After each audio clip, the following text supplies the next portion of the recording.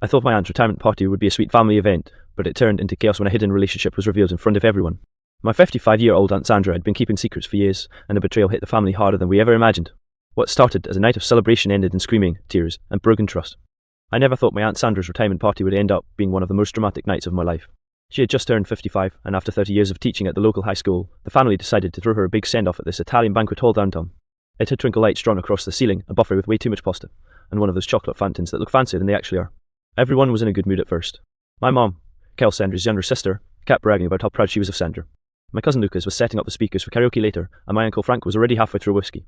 It felt like one of those rare nights when the family could just enjoy each other's company. But I should have known it wouldn't last. First weird moment happened when Sandra gave her little speech. She stood up in her sparkly navy blue dress, glass of champagne in hand, and started thanking everyone. Then she said, "And most of all, I want to thank someone very special for always being there for me." Naturally, everyone assumed she meant her longtime friend David, who's been around since I was a kid. But when she gestured toward him, my Uncle Frank nearly choked on his drink. Frank muttered under his breath, "What the hell is he doing here?" That caught my attention. I leaned toward my mom and whispered, "What's wrong with David?" My mom just shook her head like she didn't want to get into it. Sandra kept going, smiling like she was giving a wedding toast instead of a retirement speech. David has been my rock through so many years. Honestly, I don't know what I'd do without him. The room clapped politely, but there was this weird tension you could almost taste. Later, while everyone was grabbing food from the buffet, I caught my mom and Frank whisper fighting by the corner. "He shouldn't be here," Frank hissed. "She wanted him here. Let it go." Mom shot back. "He's not just a friend, Carol. Don't act like you don't know." I froze with a plate of lasagna in my hand. Not just a friend? When I pressed my mom about it later, she gave me that look, half warning, half guilt. "We'll talk about it after," she said, brushing me off. But the real fireworks hadn't even started yet. After dinner, Lucas convinced Sandra to sing karaoke. She picked some cheesy 80s love song, and halfway through, she grabbed David's hand and pulled him up to sing with her. Everyone laughed nervously, but Frank's face turned red as a tomato. He slammed his glass down so hard the table rattled. The whole room went quiet. That's when Frank stood up and said loudly, "So this is how you tell us that you're on a retirement party, in front of everyone?" My stomach dropped. The betrayal was about to spill out in front of the entire family. The second Frank stood up, you could feel the air get sucked right out of the room. Sandra's karaoke track was still playing softly in the background, but everyone had gone dead silent. Sandra froze mid-laugh, microphone in hand, still holding onto David's arm. "Frank, what are you talking about?" she asked, her voice shaky but trying to sound calm. Frank jabbed a finger toward David. "Don't play dumb with me. Everyone here thinks he's just your friend, but we both know better, don't we?" A couple of relatives gasped. My cousin May literally dropped her fork on the plate with a loud clink. Sandra's smile dropped instantly, like someone flipped a switch. "Frank, sit down. This isn't the time." But Frank was already too far gone. He looked around the room and practically shouted, "For years, she's been sneaking around behind my back with him while I was busting my ass working overtime. They were having their little secret life together." My mom, Carol, jumped up and tried to grab his arm. "Frank, stop it. You're drunk. You're embarrassing yourself." "Embarrassing myself?" Frank barked, pulling his arm away. "No, Carol, the only one embarrassed here should be her. Everyone needs to know the truth." I felt my stomach twist. My Aunt Sandra, the same one who used to take me to the park as a kid, who baked cookies for every school event, was suddenly a stranger. Was Frank saying she'd been in a relationship with David this whole time? Sandra finally dropped the microphone and the music cut off. Her voice cracked when she said, "Frank, we've been separated for years. You know that. We didn't tell the family because I didn't want tonight to be about that." The room erupted with whispers. Mia leaned over to me and whispered, "We've separated since when?" But Frank wasn't letting up. "Separated, my ass. You kept it hidden because you didn't want anyone to see what kind of person you really are." "Lying. Don't you dare call me that." Sandra snapped, her voice suddenly sharp enough to cut glass. David, who had been quiet until now, finally spoke up. "Frank, enough. You and Sandra have been over for a long time. Stop acting like this is news." That made things worse. Frank shoved his chair so hard it toppled backward and shouted, "Stay the hell out of this, David. You destroyed my marriage, and you show your face here like you belong in this family." My Uncle Mike tried to step in, holding up his hands. "All right, everyone calm down. This isn't the place." But it was too late. The party atmosphere had completely shattered. People were shifting uncomfortably in their seats, some avoiding eye contact, others seating just to look busy. Meanwhile, Sandra stood there trembling, trying to hold herself together. "I never wanted you to find out this way," she whispered, barely audible over the murmurs. And just like that, the celebration turned into a public trial. The room was tense, like every single person was holding their breath, waiting to see who would snap first. Sandra's hands were shaking as she clutched the back of a chair, trying to steady herself. David stood beside her, arms crossed, looking both guilty and exhausted. Frank wasn't calming down. "I want to know everything," he demanded, his voice rising. "How long? How many times? Did anyone else know?" Sandra's eyes darted around the room. Some relatives looked horrified, others just stunned. Mom was biting her lip, clearly torn between defending her sister and calming her husband. Lucas, my cousin, muttered under his breath, "This is insane, why now?" Sandra finally took a deep breath. "Frank, it's not what you think. David and I, we were never serious while you were married. Yes, we cared about each other, but I didn't cheat on you in the way you're imagining. We waited until after everything ended." Frank's face twisted in disbelief. "Waited? That's your excuse?" He pointed at David. "You, the perfect little teacher, sneaking around for years while we're pretending everything's fine." David stepped forward, his tone calmer but firm. "Frank, we weren't sneaking around. We waited because we didn't want to hurt anyone. Sandra has always been honest with me. If you think this is betrayal, maybe you're looking at it wrong." Some of the relatives started murmuring in agreement, but Frank ignored them. No, this is a betrayal to the whole family. You lied to us all these years. Mom, finally losing her patience, shouted, Frank, enough, you're making a scene. Can't you see she's terrified? That got everyone's attention. Even Lucas stopped fiddling with the karaoke mic. Sandra's voice wavered, but she finally spoke loud enough for the room to hear.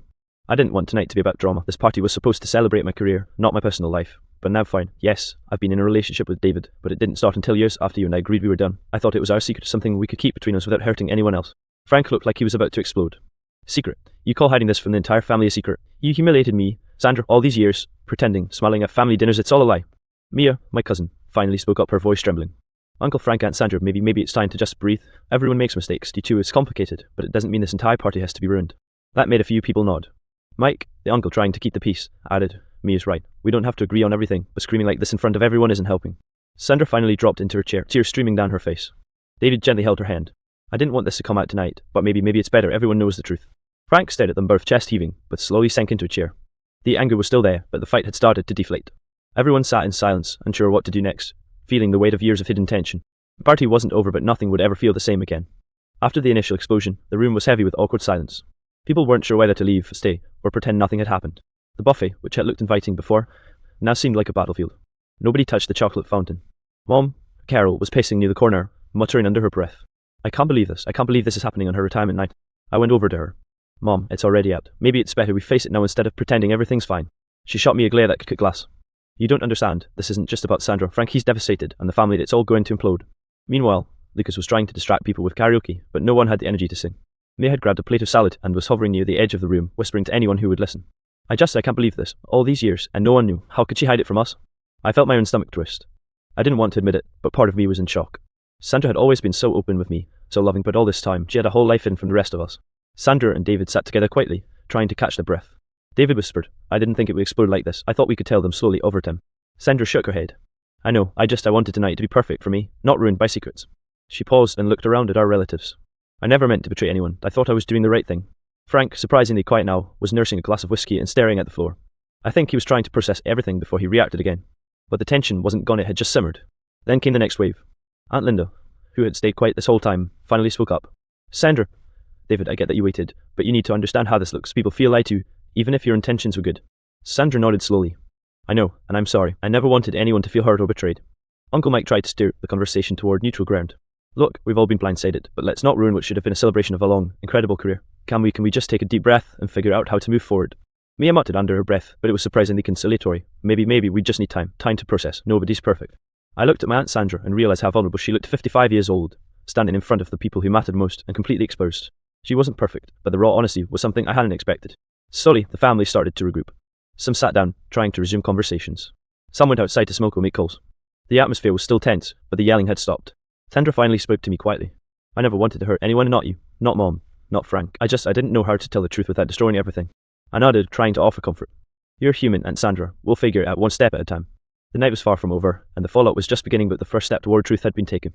The next part of the night was quieter, but no less intense. Most of the relatives had moved to smaller corners of the hall, whispering behind hands and glasses, trying to process what they'd just witnessed. The laughter and light chatter from before had vanished completely. Frank had retreated to a corner with a drink in hand, staring at the floor like he was trying to piece together a puzzle he didn't want to solve. Mom followed him, her expression a mix of frustration and worry. I stayed close to Sandra and David, who were sitting near the stage, trying to calm each other down. Finally, Frank broke the silence. Sandra, can we talk alone? His voice was quieter, but it carried that unmistakable edge of hurt. Sandra hesitated, glancing at David. Are you sure? David nodded, giving her a gentle squeeze on the shoulder. Go, you two need to talk. They left the main hall, and I could hear the muffled tones of their conversation, though the words were hard to make out. From their body language, I could tell it was tense. Sandra's hands were raised in pleading gestures, while Frank's posture was rigid and defensive. Meanwhile, the rest of us tried to regroup. Lucas finally dragged me to the corner and whispered, Do you think they'll ever be okay again? Mia shrugged, looking conflicted. I don't know, I just hope they can at least get some closure. Secrets like that don't just disappear. After about 15 minutes, Sandra came back alone. Her makeup was slightly smudged from crying, and she looked exhausted. She walked straight to the buffet table, grabbed a glass of water, and sat down. I sat beside her. How did it go? Sandra let out a shaky breath. Frank's still angry, but he's listening now. He needed to hear that it wasn't a betrayal while he and I were together, that we waited. It's not easy for him, but at least we're talking. I nodded. That's a start. David returned shortly after, trying to make small talk with the other family members to ease the tension. It was awkward, but necessary. He even cracked a small joke about Lucas and the karaoke machine, which made a few people laugh, an odd, fragile sound in the room, but a start. Later, Mom came over to Sandra.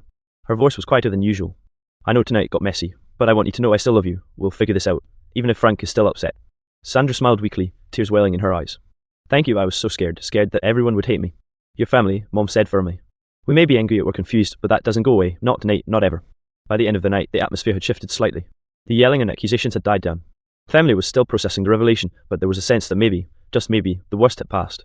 As I watched Sandra and David leave the stage area hand in hand, I realised that this retirement party, meant to celebrate a career, had instead revealed the storm of hidden truths, but it also gave the family a chance to confront them. The night would never be the same, but perhaps it didn't have to end in ruin. By the time Frank returned from his private conversation with Sandra, the mood in the hall had softened just enough that tension hung like a thin veil instead of a storm cloud. He looked drained, but the fire in his eyes had cooled slightly. Mom stayed close, ready to intervene if things escalated again. Frank walked over to Sandra, who was nervously adjusting her bracelet. For a long moment, no one spoke. Then he sighed, sinking into a chair beside her. I guess I just needed to hear from you, he admitted, voice low but still rough with hurt. That it didn't happen while we were together. Sandra's hands trembled slightly, but she reached out and touched his arm. It didn't, I swear. I never wanted to hurt you. I wanted to wait until it was over, and I never imagined it would all explode tonight. Frank swallowed hard. It feels like my world got flipped upside down, Sandra. All these years, I thought we were done with that chapter, and now, seeing him, David here, holding your hand. He gestured vaguely toward David, who was at the other end of the hall trying to make small talk with a few cousins. It's like a punch to the gut. Sandra nodded. I know, and I'm sorry, truly, but I hope you can see that I waited, that I didn't betray you while we were married. That's the truth I needed you to understand. For a long moment, Frank just stared at her. Then he shook his head and let out a deep breath. I'm not saying I forgive everything yet, but I think I can start to understand. Mom stepped closer and put her hand on Frank's shoulder. That's all anyone can ask for, Frank. It's not about instant forgiveness, it's about honesty now. At least tonight, we have that. Slowly, Frank nodded. Yeah, honesty. Across the hall, the rest of the family seemed to sense the shift. The whispers quieted, and even Lucas tried to restart karaoke, this time with a few light-hearted songs that didn't involve any awkward duets. May chuckled at the bad 80s ballad, and a few other cousins joined in. It wasn't perfect, but it was a sign that the tension was easing. Later, Sandra came over to me, still holding David's hand. I can't believe how quickly everything escalated. I thought maybe tonight would be fun, celebrating my retirement. Instead of this. I smiled softly. Life doesn't always follow the plan, Aunt Sandra, but at least you were honest, and that counts for something. Families can survive things like this. David nodded, adding, we just have to take it one step at a time. No more hiding, no more secrets, just moving forward. Frank eventually approached them again, a little awkward, but calmer. I don't like everything that happened tonight, he admitted, but maybe we can try to move past it. Sandra's eyes glistened. Thank you, Frank, that's all I ask. For the first time all night, there was a sense that the family could start mending. It wouldn't be easy, and the wounds were still fresh, but at least the truth was finally out. The retirement party might have been ruined in one sense, but in another it had cleared the air, forcing the family to face hidden truths and start rebuilding trust. By the time the party started winding down, the hall was quieter, but noticeably lighter. People had returned to their seats, and the other tension was replaced by cautious calm.